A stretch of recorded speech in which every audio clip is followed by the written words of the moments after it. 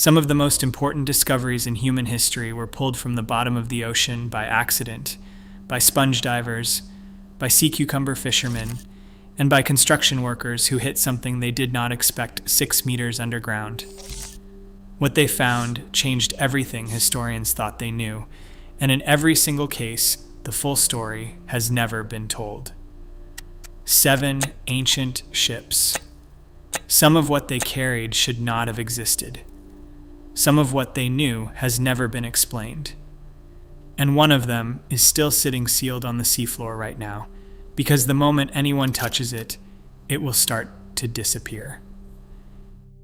In October 1900, sponge divers from the Greek island of Symi, sheltering from a storm near a small island called Antikythera, sent one of their crew, Elias Stadiatis, down to check the seafloor.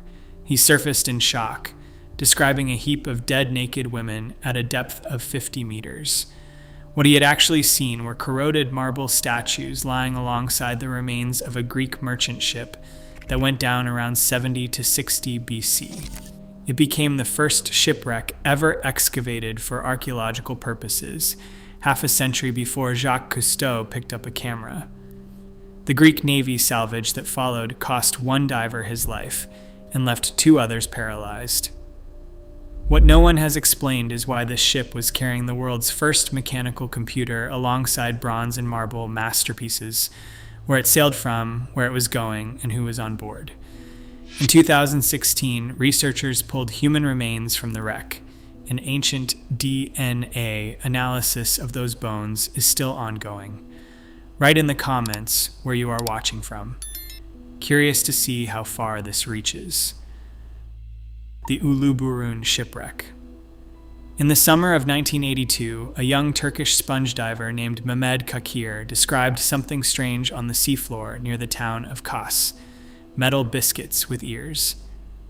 They turned out to be Bronze Age copper ingots from a ship that sank around 1320 BC in the time of Tutankhamun.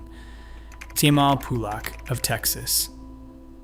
A&M and the Institute of Nautical Archaeology spent 11 seasons excavating the wreck and recovered what has been called the United Nations of the Late Bronze Age, approximately 10 metric tons of copper from Cyprus, 1 ton of tin, 175 raw glass ingots, Canaanite jars, Baltic amber, hippopotamus ivory, and a single gold scarab inscribed with the name of Egyptian queen Nefertiti.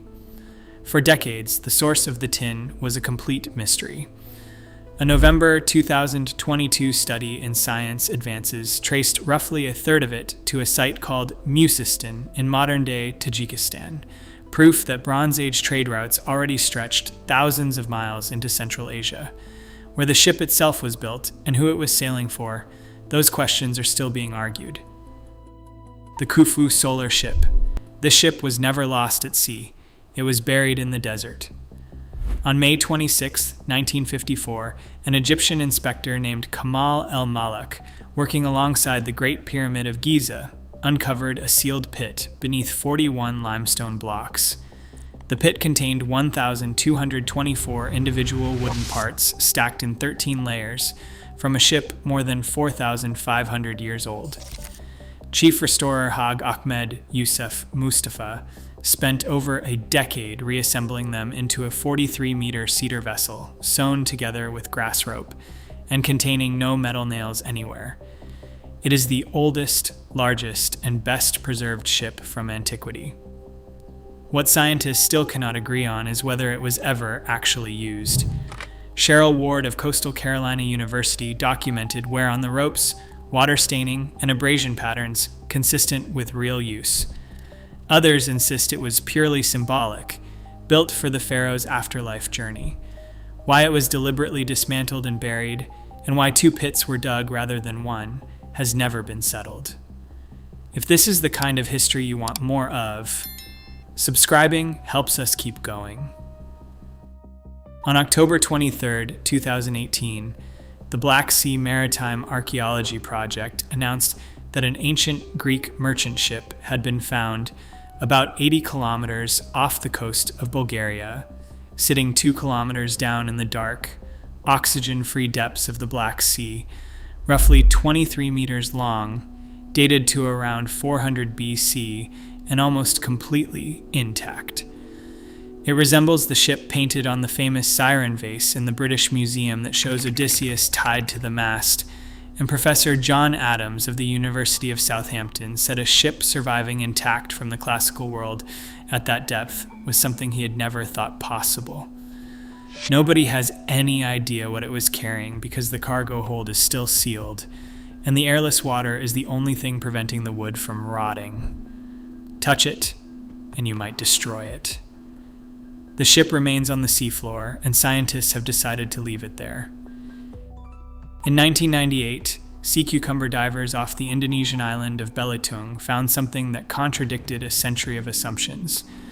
An Arab dhow, sewn together with coconut fiber rope in the style of the Persian Gulf, was sitting in the South China Sea and loaded with approximately 60,000 pieces of Tang Dynasty Chinese pottery.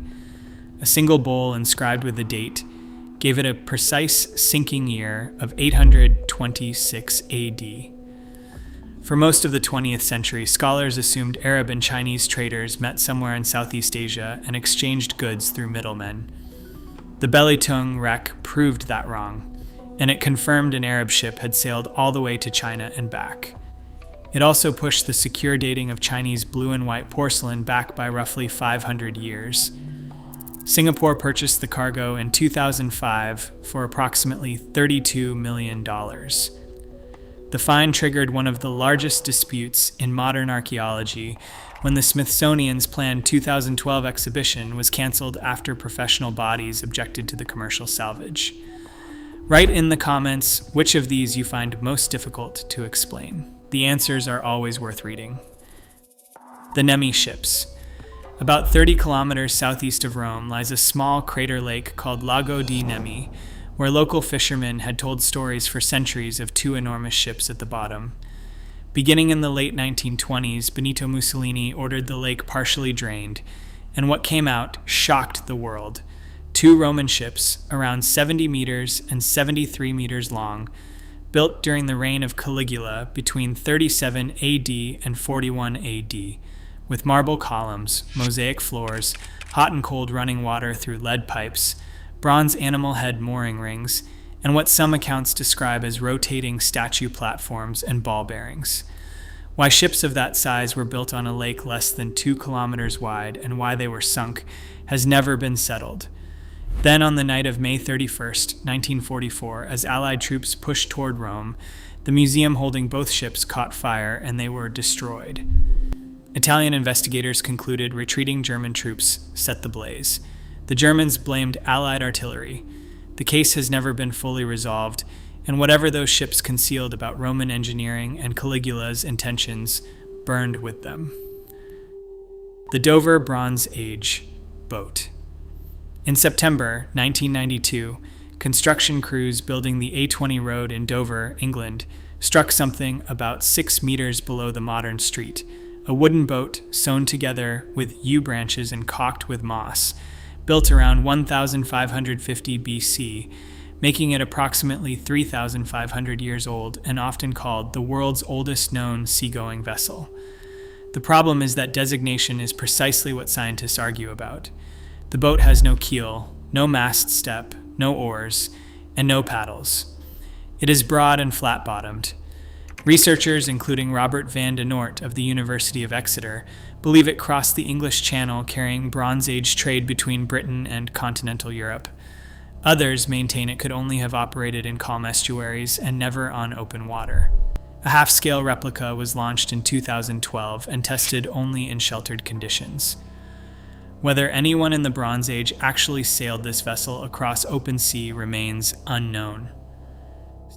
7 ships, spanning more than 4,000 years of human history, were pulled from the bottom of the Mediterranean, from beneath the Egyptian desert, from the depths of the Black Sea, and from a road in Dover. Each one has rewritten part of what we thought we knew about the ancient world. Some of the answers may still be found. Others, like the secrets that burned at Lake Nemi in 1944, are gone.